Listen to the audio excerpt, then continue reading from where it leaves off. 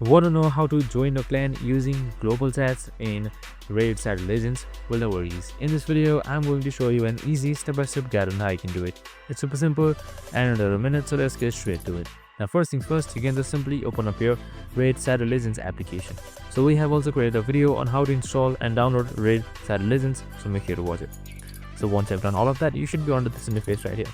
So now once you're under this interface, in order to join your clan from global chats, first things first, you need to open up your global chat. So for that, on the top right side, you should be seeing this chat icon right here. So you can just simply click that. So once I've selected your chat icon here, you should be seeing by default under global. You should be under global. So right here, you should be seeing various chats, and you can just simply scroll up to see join clans. So for me, I have it right here.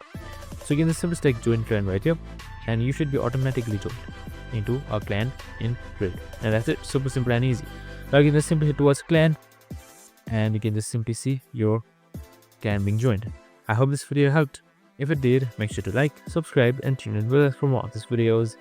See you in the next one.